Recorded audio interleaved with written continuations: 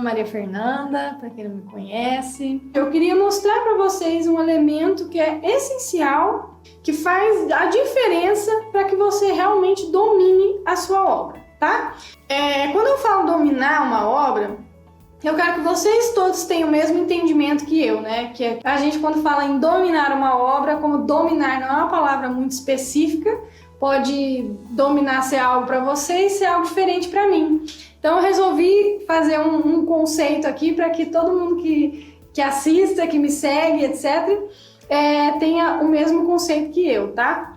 Pra gente falar a mesma língua, vamos dizer assim. Pra toda vez que você ouvir, então, dominar uma obra, você pensar nisso daqui. Dominar uma obra é você conseguir garantir a qualidade de execução de todas as etapas da sua obra. Etapa por etapa, desde limpeza de obra, locação, fundação, alvenaria, estrutura, tudo, do início ao fim. Tudo que você precisa saber para conseguir garantir a qualidade da execução de cada pedacinho da sua obra, então, desde o início até a entrega das chaves, tá? Vamos dar exemplos do que é dominar uma obra. Então, por exemplo, na parte de concretagem. Como que você consegue, então, garantir a qualidade de execução da etapa de concretagem da sua obra? Você pega o seu projeto ali do engenheiro estrutural, que, por exemplo, identificou que aquele concreto daquela obra, aqueles elementos estruturais deveriam ter uma resistência de 25 MPa, então você, como pessoa que está ali responsável em fazer a execução dessa obra, consegue garantir esses 25 MPa, consegue garantir a qualidade da execução dessa etapa, de que a sua mão de obra, que tudo foi feito da maneira como que deve ser feito, para que garanta então esses 25 MPa, que você consiga bater no peito, conversar com seu cliente e falar assim, ó, eu garanto que tem 25 MPa aqui nesse concreto que você está vendo ali, nessa laje que você está vendo, beleza? E o que não é dominar uma obra? É justamente que se o seu cliente perguntar para você quanto que esse concreto resiste aqui, e você não ter a certeza e tipo, tá, é para resistir 25 MPa, agora se realmente está resistindo, sabe lá Deus, né?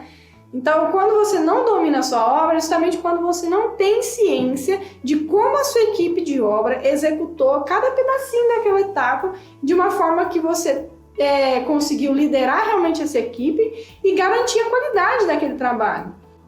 Na concretagem ainda, tem muita gente que acha que, tipo, beleza, eu contratei uma concreteira, então todo o concreto de dentro da minha obra é concreto usinado.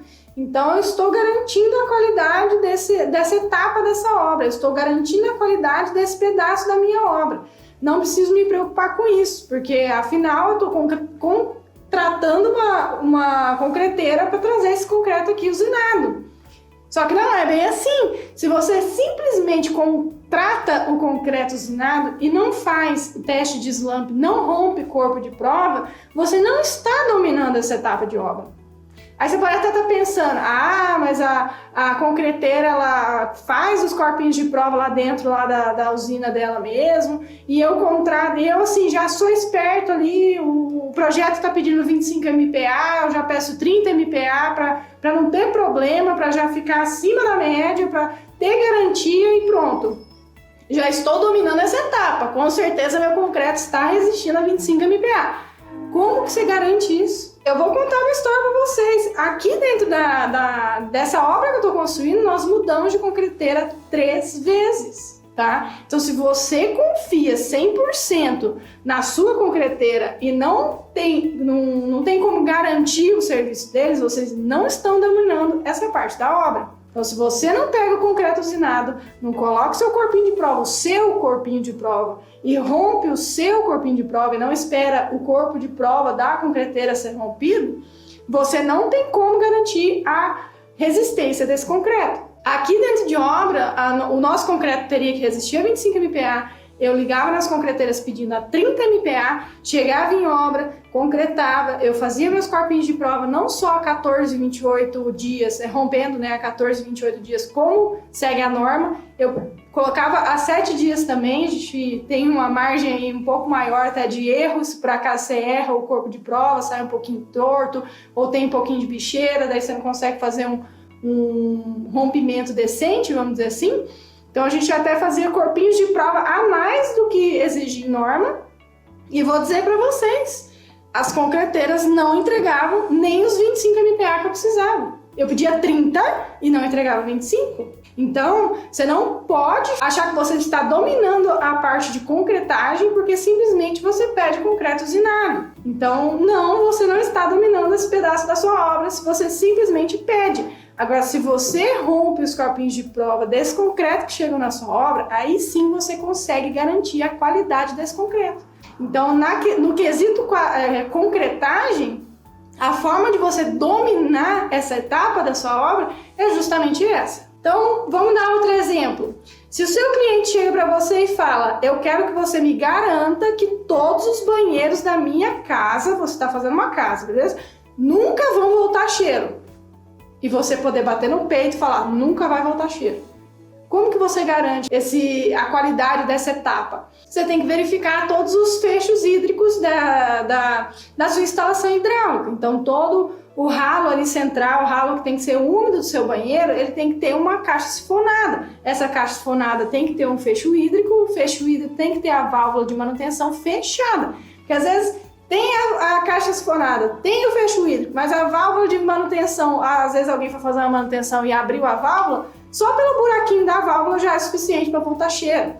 Outra coisa, se você não põe um sifão na pia, se você liga direto ali na tubulação, vai voltar cheiro. Se você tem um sifão, aquele que é articulado, e não faz aquele movimento que precisa ter para poder fazer o fecho hídrico, vai voltar cheiro.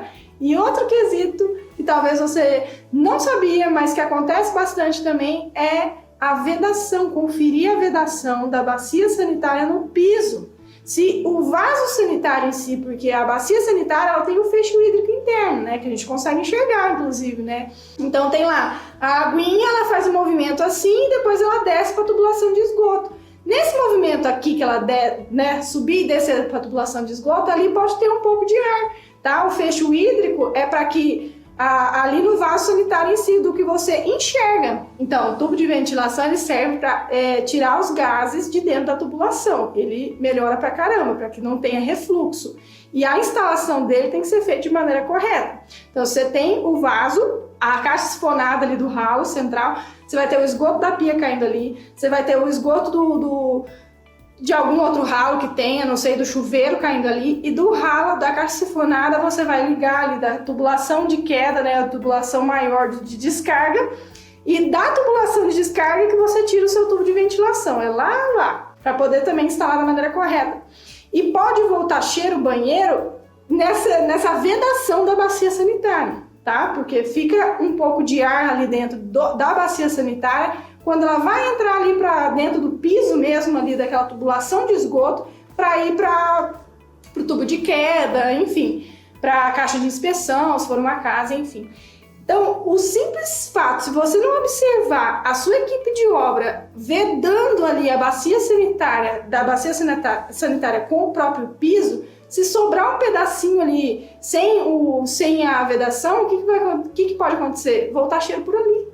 Então tem muita gente que acha que é só o ralo ou só a pia quando não é feita o sifão, não é conectada num sifão certinho com o fecho hídrico, que volta cheiro. Mas não, a simples vedação do vaso sanitário no piso pode fazer voltar cheiro. Então dominar essa etapa de obra, se o seu cliente pede, né, que é algo, né, comum, vamos dizer assim, o cliente chegar e falar, não vai voltar cheiro nos banheiros, né? Não vai voltar. Você consegue dominar isso, você consegue garantir a qualidade dessa etapa, dessa execução, justamente falando, eu vou verificar, né, quando a minha equipe estiver montando, instalando toda essa parte hidráulica ali do banheiro, eu vou verificar todos esses pontos para garantir que não volte cheiro.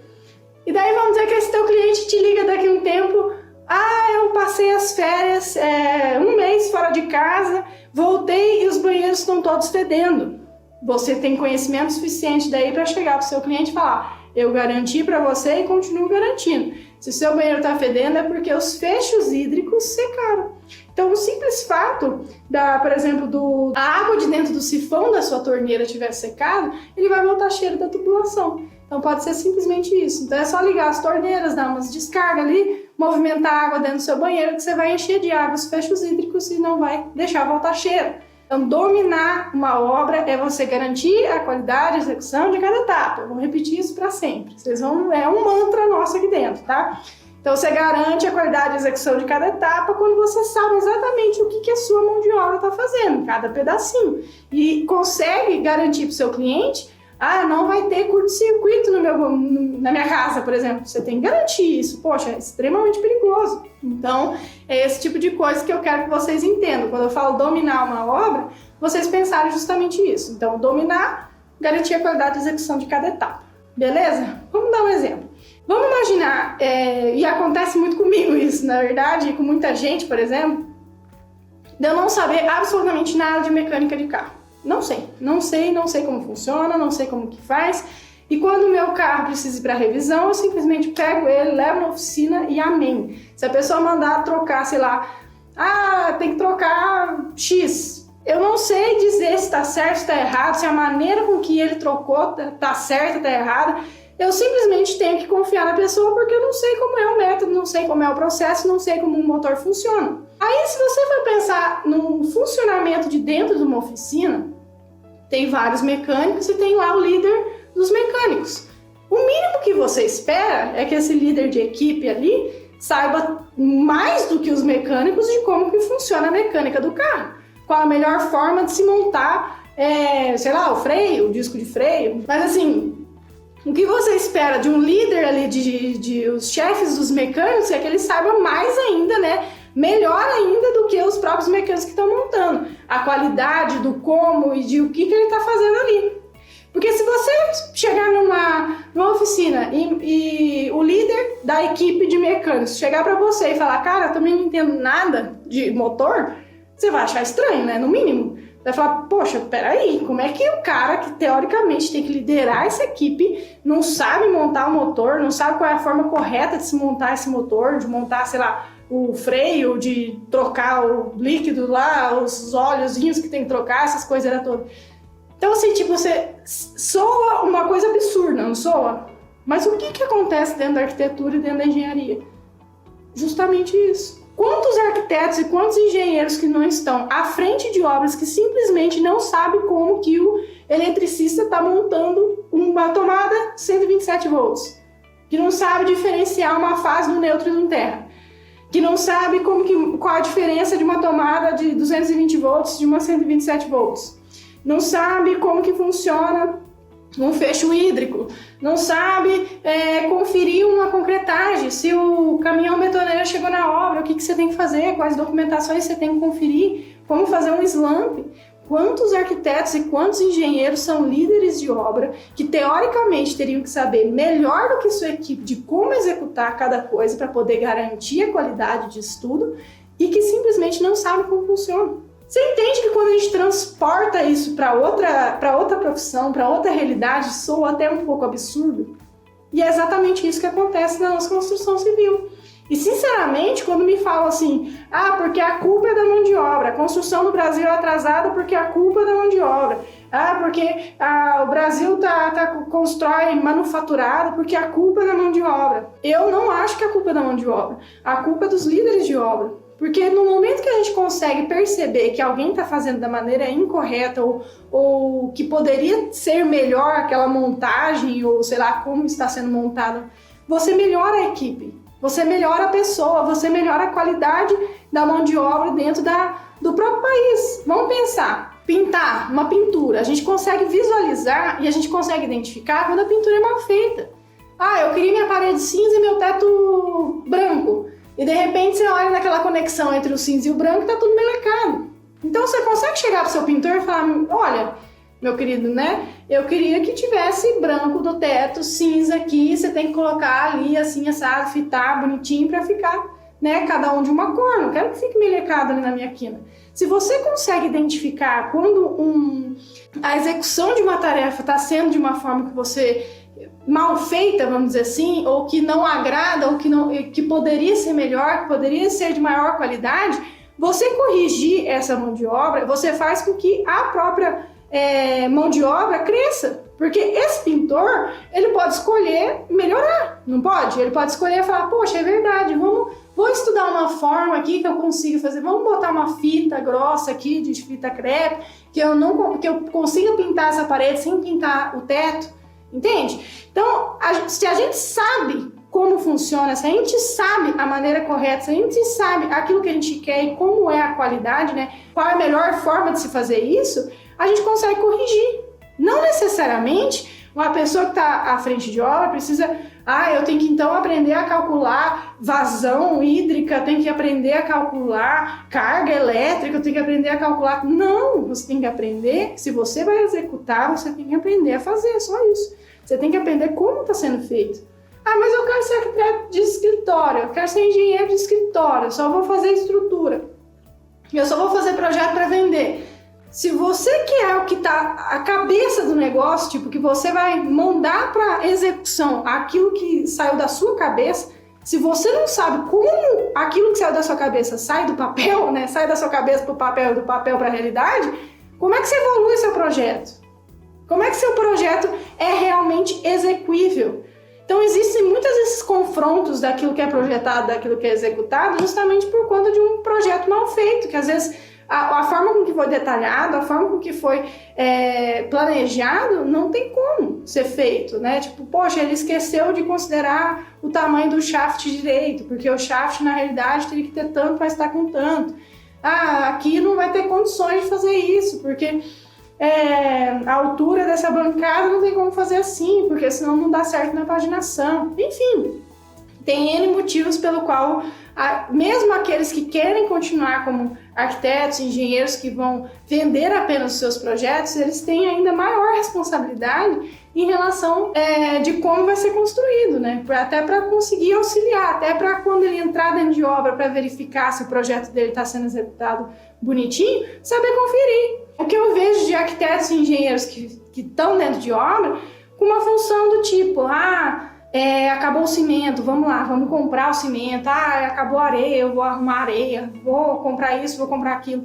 Só que esse tipo de coisa, né, não é dominar uma obra, esse tipo de coisa, esse tipo de função, qualquer ser humano que não é arquiteto ou engenheiro também daria conta de fazer, entende? Então, de repente, dominar a compra de um cimento seria, eu sei que para estocar esse meu cimento dentro de obra, com as sacas de 50 quilos, eu posso empilhar só 10 sacas e 10 sacas na laterais em cima do estrado, não pode ter umidade, porque senão eu vou estragar esse cimento, eu vou derrubar a qualidade desse cimento e etc. Isso você consegue dominar a parte de compras, vamos dizer assim, desse cimento. Mas se você simplesmente fica ali no telefone, não, vou comprar tal coisa, agora vou orçar as esquadrias, agora vou orçar os portais, as portas, etc. Se você só fica nessa função, você não precisa ser engenheiro, nem muito menos arquiteto para fazer isso, gente. Então, assim, estar dentro de obra e dominar uma obra, um elemento mais que essencial para dominar uma obra é assumir essa responsabilidade.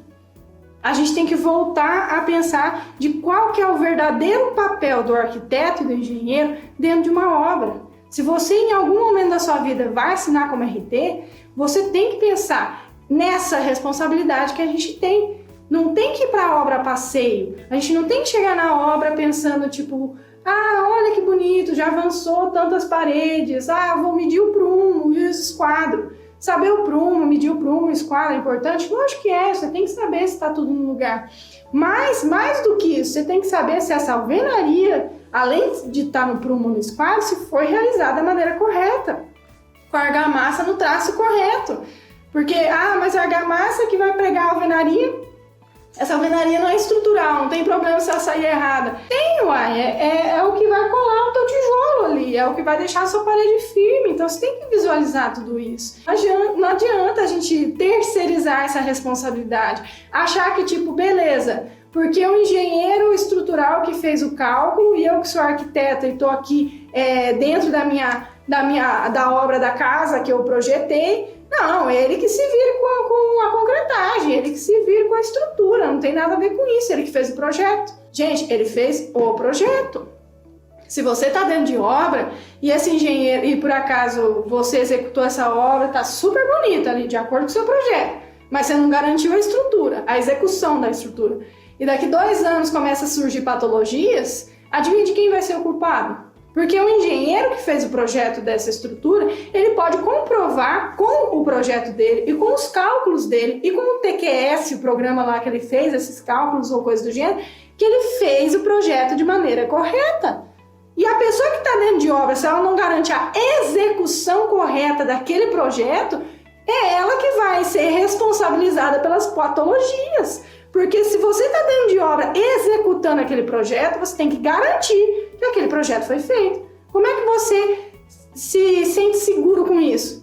Você tem que olhar tudo, então. Você tem que ir lá ver se o seu armador está fazendo da maneira correta, se pegou os vergalhões com a bitola correta, se dobrou da maneira correta, se não virou o pilar ou a viga de lugar, se a concretagem está com a resistência correta. Tudo tem que, para você ficar tranquilo com você. Assim, eu tenho medo das pessoas que não têm medo, entende? Porque você tem que estar dentro de obra e tipo, gente, tá aqui, tá tudo certinho, eu sei que minha equipe fez tudo que precisava, eu sei que o concreto tem os 25 MPa que precisa. Ah, como é que você sabe? Porque eu tenho laudo lá de rompimento dos meus corpinhos de prova, eu sei que no momento que o meu armador estava fazendo lá a parte de ferragens dos vergalhões, ele dobrou tudo certinho, ele locou tudo certinho, tinha os espaçadores ali tudo bonitinho. Dessa forma, você até se assegura da forma com que você construiu. Porque se vier a ter problema,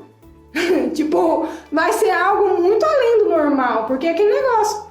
Se você consegue garantir a qualidade da execução, você não vai ter medo, não vai ter problema. Porque se tá tudo certinho, se tá tudo de acordo com o projeto, aí se vier a ter algum problema, alguma patologia séria e etc., aí vai ser problema do cálculo, né? Vamos dizer assim. Se você consegue garantir a sua parte, vai ser problema do cálculo. Da mesma forma, elétrica. Eu acho que a maior parte das pessoas acabam delegando essa parte da elétrica simplesmente para a equipe de elétrica. Tipo, não, eles ali que estão responsáveis e ponto final. Eu confio na minha equipe de elétrica. Mas é o mesmo sentimento de eu chegar e entrar com o meu carro dentro de uma oficina e mandar o cara trocar as peças. É o mesmo sentimento daí, se eu não souber o que o pessoal da elétrica está fazendo e como eles estão montando dentro de obra, fica a mesma coisa. Daí, tipo, o que adianta? Entende? Você como leigo levando seu carro para consertar é uma coisa, agora você como técnico, você como líder, tipo, simplesmente levar o seu carro para consertar dentro de obra, você não pode fazer isso. A gente tem que assumir essa responsabilidade. Então, o elemento mais que essencial para você dominar a sua obra é que a gente tivesse consciência dessa responsabilidade. Que a partir do momento que você começa a ter consciência dessa responsabilidade, você vai começar a prestar mais atenção de tudo que você faz dentro de obra, para que essa obra realmente tenha qualidade.